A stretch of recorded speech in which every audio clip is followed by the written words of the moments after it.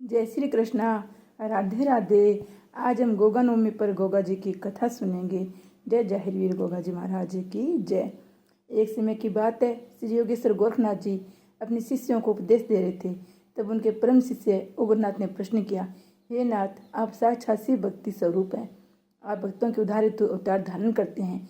ये परम गुरु, कलयुग के प्रभाव से जिसमें मनुष्य की बुद्धि मलिन होकर पापों में लिप्त हो जाएगी, उसमें मनुष्य घोर पापों को करने लगेगा, जिसके कारण भूमंडल पर अशांति छा जाएगी। उसमें धरती पर इन घोर पापों के प्रभाव से विभिन्न रोग फैल जाएंगे, संसार में भूखमरी बढ़ जाएगी। हे योगेश्वर, ऐसे घोर कलयुग में दान पुण्य तीर्थ यात्रा का पुण्य बिखर जाएगा। तो कौन सा शुभ कार्य होगा जिसके करने से मनुष्य जाति का उद्धार हो सकेगा। ऐसा सुनकर श्री गौरनाथ जी बोले, हे परम शिष्य, तुमने बड़ा ही उत्तम प्रश्न किया है, क्योंकि कलयुग के बढ़ जाने पर मनुष्य को कोई भी सेवा, धर्म, कर्म, शांति प्रदान कर सकेगी। मनुष्य विश्व में लिप्त हो जाएंगे, योगी ज्ञानी बहुत कम रह जाएंगे। ऐसे समय मेरी अंश अवतार जाहिरवीर गोगा के व्रत पूजन से मनुष्य का कल्याण हो सकेगा। इनके व्रत पूजन से बांझ स्त्री पुत्रवती हो जाएगी, निर्धन धनवान बन जाएंगे, असाध्य रोगी आरोग्य सुख को प्राप्त करेंगे, मूर्ख को भी ब्रह्म ज्ञान की प्राप्ति हो जाएगी। अर्थात इनके व्रत पूजन से मनुष्यों की निश्चित ही समय मनोकामनाएं सिद्ध होगी। इनका उपासक संसार में समस्त सुखों को भोगकर अंत में शिव लोक को पहुंचकर परम आनंद में विलीन हो जाएगा। हे शिष्य, केवल तुम्हारे प्रश्न करने पर यहाँ संतों भक्तों को विश्व कल्याण हेतु अब मैं जाहिरवीर गोगा की व्रत कथा सुनाता हूँ। आप सभी ध्यानपूर्वक सुनो। बोले जाहिरवीर गोगा जी की जय हो। जाहिरवीर जी की व्रत विधि। गोरनाथ जी बोले, हे भक्तजनों, पिछले अध्याय में आपने श्री जाहिरवीर गोगा के व्रत पूजन से होने वाले लाभ को सुना। अब मैं कथा प्रारंभ करने से पहले श्री जाहिरवीर गोगा जी के व्रत पूजन की विधि का वर्णन सुनाता हूँ, क्योंकि बिना विधि के कोई भी यज्ञ पूर्ण नहीं होता। हे भक्तजनों, प्रत्येक माह के कृष्ण शुक्ल पक्ष की नवमी तिथि को जाहिरवीर गोगा जी का व्रत किया जाता है। इनका विशेष व्रत सावन और भादों की नवमी को किया जाता है। सावन और भादों की नवमी के इन दो व्रतों का विशेष ही फल होता है। अपने मनोकामना की पूर्ति के 9 या 11 व्रत करने चाहिए। इनका व्रत धारण करने के लिए निश्चित तिथि को प्रातःकाल नित्य क्रम से निवृत्त हो श्री जाहिरवीर गोरनाथ जी की तस्वीर या प्रतिमा को अपने से ऊंचे आसन पर स्थापित करें। आसन पर नीला रेशमी वस्त्र डाल दे। प्रतिमा के पास एक छोटा सा नीला झंडा खड़ा करें। बाद में घी का दीपक, धूप बत्ती, अगरबत्ती जलाकर फल, पुष्प, गंध आदि से उनका श्री पूजन करें। पूजन में जाहिर चालीसा, स्तोत्र, कथा, आरती, जाहिर मंत्रों से पूजन करें। संकल्प करें, ए जाहिर बाबा, मैं आपकी कृपा पाने के लिए आपका व्रत धारण करता हूँ। ऐसा संकल्प लेकर दिन भर जप करें। सबसे प्रेम भाव रखें। शाम को सूर्यास्त इसमें प्रात की भांति पूजन पर हलवे, पूरी, गुलगुले आदि का भोग लगाकर व्रत खोले वे। हे भक्तों, जो भी मनुष्य इस विधि से जाहिरवीर व्रत पूजन करेगा, उसकी समस्त मनोकामनाएं पूर्ण होगी। अब तुम अपना ध्यान एकाग्रचित करके ये कथा सुनो। प्रेम से बोलो जाहिरवीर गोगा जी की जय। गंगाराम को जाहिर दर्शन। गोरनाथ जी बोले, हे भक्तों, अब मैं सर्वप्रथम तुम्हें जाहिरवीर के कलयुग में प्रकट होने की कथा सुनाता हूँ। एक दिन की बात है, श्री जाहिरवीर गोगा जी ने अपनी योग माया से नागों के नागता खिनाक को बुलाया। स्वयं भी नाग रूप धारण करके रात्रि में गंगाराम को स्वप्न में जाकर नाग रूप में दर्शन दिए। ये देखकर गंगाराम घबरा गया। तब जाहिरवीर ने अपना वास्तविक स्वरूप गंगाराम को दिखाते हुए कहा, हे भगत, तुम डरो मत, मैं जाहिरवीर हूँ। तुमसे जो कुछ मैं कहता हूँ उसे ध्यान से सुनो। हे भगत, देवानगर के क्षेत्र में जहाँ मैंने समाधि ली है, मेरा व्रत धारण कर तुम वहाँ मेरी मेढ़ी बनवाओ। वहाँ मेरा मेला भरवाना शुरू करो। विश्व में मेरा प्रचार करो। जो भी मेरी मेढ़ी पर आकर नीला झंडा चढ़ाएगा, मेरा नेजा व छड़ी बनाकर उनकी पूजा करेगा, घर घर मेरी जोत जलाएगा, वह मेरे प्रसिद्ध भगत कहलाएगा। जिस किसी के यहाँ संतान है, वह मेरी जात स्वीकार करे। इच्छा पूर्ण होने पर मेरी जात दे, उसकी अन्य इच्छा भी पूर्ण हो जाएगी। प्रत्येक नवमी को मेरा व्रत धारण कर जो मेरा पूजन करेगा, उसके कल का नाम उजागर हो जाएगा। हे भगत, ऐसा कोई फल नहीं है जो मेरी भक्ति से प्राप्त न हो। ऐसा कहकर श्री जाहिरवीर गोगा जी ताकि नाग सहित अदृश्य हो गए। हे भक्तों, रात बीतते ही गंगाराम ने जाहिरवीर का प्रचार शुरू किया। जाहिरवीर की मेढ़ी का निर्माण कराकर नवमी के दिन व्रत धारण कर जाहिर बाबा की पूजा की, जिसके प्रताप से उसके कुल का नाम उजागर हो गया। धीरे धीरे तब से भगतगण पवित्र श्री जाहिर मेढ़ी पर पहुंचकर उनकी पूजा अर्चना करके अपनी मुराद पूरी करने लगे। हे भक्तों, आज भी जो सच्चे मन से बागड़ यात्रा जाहिरवीर व्रत पूजन सेवा करता है, उसे मनवांछित फल की प्राप्ति होती है। हे भक्तों, जो भी जाहिरवीर की भक्ति स्वीकार करके इस कथा का प्रचार करेगा, उसे चारों फल की प्राप्ति होगी। अब मैं तुम्हें उन भक्तों की कथा सुनाता हूँ जिन्होंने झाहिर बाबा का व्रत पूजन करके अपनी मनोकामनाएं पूर्ण की। हरदेवी की कथा। नाथ जी बोले, हे संतो, अब मैं तुम्हें दुखी पति पत्नी की कथा सुनाता हूँ जिन्होंने सिर्फ झाहिर व्रत कथा पूजन करके अपनी मनोकामनाएं सिद्ध की। दयालपुर गांव में एक सुखीराम नाम का भक्त रहता था। दुर्भाग्य से उसकी यहाँ कोई संतान नहीं थी, जिसके कारण सुखीराम उसकी पत्नी हरदेवी बड़े दुखी रहते थे।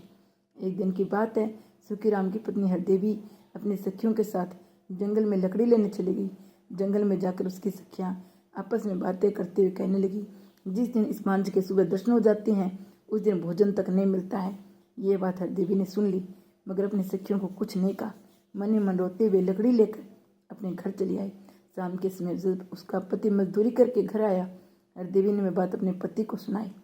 सुखीराम ने सुनकर बहुत दुखी हुआ।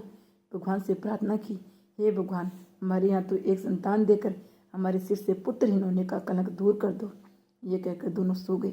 सुबह भगवान की प्रेरणा से झाहिर बाबा जोगी का भेष बनाकर हाथ में डमरू लेकर झाहिर कथा गाते हुए ते भिक्षा मांगने के बहाने उनके घर आए।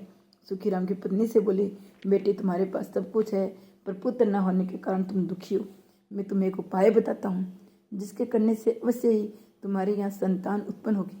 जोगी राजा बोले, बेटी, तू सावन और भादों की नवमी के दिन झाहिर बाबा का व्रत रख।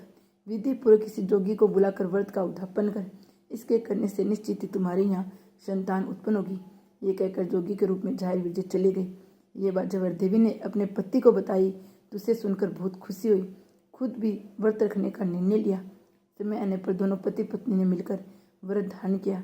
विधि पूर्वक गोगा जी का पूजन कराया। उनके प्रताप से 1 वर्ष बाद उनके यहाँ एक सुंदर बालक ने जन्म लिया। ये भक्तों, जो भी झाहिर बाबा का व्रत धारण करके इस कथा को सुनाएगा, उसकी समस्त मनोकामनाएं पूर्ण होगी। बोलो झाहिर बाबा की जय हो। निर्धन बुढ़िया की कथा। एक बार की बात है, जातरू जात देने के लिए बगड़ जा रहा था। अन्य भगतगण भी उसके साथ चल रहे थे। आगे चलकर वे रात्रि में विश्राम करने के लिए एक शहर में ठहर गए। रात भर वहां जाकर झाहिर वीर की कथा का गुणगान करते रहे। सुबह जब दिन निकला तो एक बूढ़ी औरत आई। बोली, ए भक्त, ये आप किसकी पूजा कर रहे हो? आप किस देवता के धाम जा रहे हो? इसके व्रत पूजन से क्या लाभ होता है? तब जातरू के साथ का जोगी बोला, हे माता जी, ये हम झाहिर वीर गोगा बागड़ वाले की पूजा कर रहे हैं। उन्हीं के प्रताप से इस जातरू बालक का जन्म हुआ है। अब उनकी जात देने हेतु उनके बागड़ धाम जा रहे हैं। हे माता जी, झाहिर वीर के पूजन व्रत तथा इनके धाम की यात्रा करने से मनुष्य के सारे पाप छूट जाते हैं, समस्त मनोकामनाएं सिद्ध हो जाती है। ये भक्तों, बुढ़िया का लड़का गरीबी के कारण कर्जबंद हो गया था। इसके कारण में परेशान अपने माँ और बहू को छोड़कर बिना बताए कहीं चला गया था। बुढ़िया ने घर आकर ये बात अपने बहू को बताई। यदि हम दोनों झाहिर का व्रत रखे तो मेरा लड़का घर वापिस आ सकता है। बहू ने ये बात संग्रह स्वीकार करके अपने सास के साथ 11 व्रत रखने का संकल्प लिया। केवल 2 नवमी के व्रत के प्रांति वह लड़का जिस शहर में था, उसे वहाँ जेवर से भरा थैला सड़क पर पड़ा हुआ मिला। अगले दिन वह लड़का उस जेवर से वापिस चलाया, जिसे देखकर सास बहू बहुत ही खुश हुई। घर आती उसने वह जेवर बेचकर अपना सब कर्जा चुकाया, निजी व्यवसाय शुरू किया। जब लड़के को माँ और बहू ने बताया, ये सब झाहिर पूजा के प्रताप से हमारा उद्धार हुआ है, उसने झाहिर बाबा के व्रत रखे। बुढ़िया और उसकी पुत्र वधू ने एक ही दिन अपने व्रतों का उद्यापन किया। उस दिन जोगियों कन्याओं को दान दिया और झाहिर बाबा के नाम पर भंडारा किया। ये भक्तों, सच्चे मन से जो झाहिर बाबा का व्रत धारण कर जो भी इस कथा का पाठ करेगा वह सिंगरी सुखी हो जाएगा। बोले झाहिर बाबा की जय हो। झाहिर बाबा के प्रकोप कथा। अब मैं तुम्हें बाबा झाहिर वीर के रुष्ट हो जाने पर उनके प्रकोप की कथा सुनाती हूँ। सीतापुर गांव में एक परिवार में पहले से झाहिर बाबा की पूजा होती थी। प्रत्येक नवमी को बादों को थापे दिए जाते थे। कुछ समय के बाद उस घर में एक नई बहू आई। वह बहुत ही नास्तिक थी, किसी भी व्रत पूजा में विश्वास नहीं रखती थी। इसलिए जब भादों की नवमी आई, उसने न तो झाहिर वीर का व्रत किया न थापे दिए। कहा, ये सब ढोंग है, इन व्रत पूजा में कुछ नहीं होता। ये कहने के बाद जब वो रात को सोई तो सपने में सांप दिखाई दी। सुबह दिन निकलते जब आंख खुली तो देखा एक तरफ घर के दरवाजे पर है। सुबह दिन निकलते जब आंख खुली तो एक तरफ घर के दरवाजे पर खड़ा है। जब उसका ध्यान पीछे गया तो वहाँ भी सर्प खड़ा है। इस प्रकार से वहाँ चारों तरफ सर्प ही सर्प निकल आए। बहू घबराकर चीखें मारने लगी। उसकी आवाज़ सुनकर परिवार के लोग इकट्ठा हो गए। ये सब कुछ देखकर उसकी सास समझ गई झाहिर बाबा के थापे नहीं दिए, इसलिए हम सर्प निकल कर आए हैं। सास हाथ जोड़कर बोली, हे झाहिर बाबा, बहू की गलती को माफ़ कर दो। आज ये तेरे थापे देगी, आज से रोज तेरा पूजन करेगी। बहू ने भी हाथ जोड़कर सिर झुकाकर कहा, झाहिर बाबा, मुझे माफ़ कर दो। मैं सदा तेरी पूजा करूंगी। इतने कहते धीरे धीरे सारे सांप गायब हो गए। तब उनमें जाहिर रूपी सर्प ने अपने वास्तविक रूप में प्रकट होकर कहा, हे देवी, तूने मेरी न तो पूजा स्वीकार की, मेरा अपमान किया है, जिसके कारण ऐसा हुआ, लेकिन मैं तुम्हें माफ करता हूँ। मगर मेरी ये बात ध्यान से सुनो, जो भी मेरे पूजा थापे निशान छड़ी नेजा आदि स्वीकार करेगा उसकी सारी मनोकामना सिद्ध होगी। मगर इच्छा पूर्ण हो जाने पर मेरी स्वीकार करी हुई पूजा भेंट नहीं देगा, मैं उसे तुम्हारी तरह दंडित करूंगा। ये कहकर जाहिर बाबा उसने सर्पों से अदृश्य हो गए। जो भी इस कथा को नियम से पढ़ेगा उसे उत्तम फल की प्राप्ति होगी। जय गोरखनाथ जी महाराज की जय। जय गोगा जी महाराज की जय हो।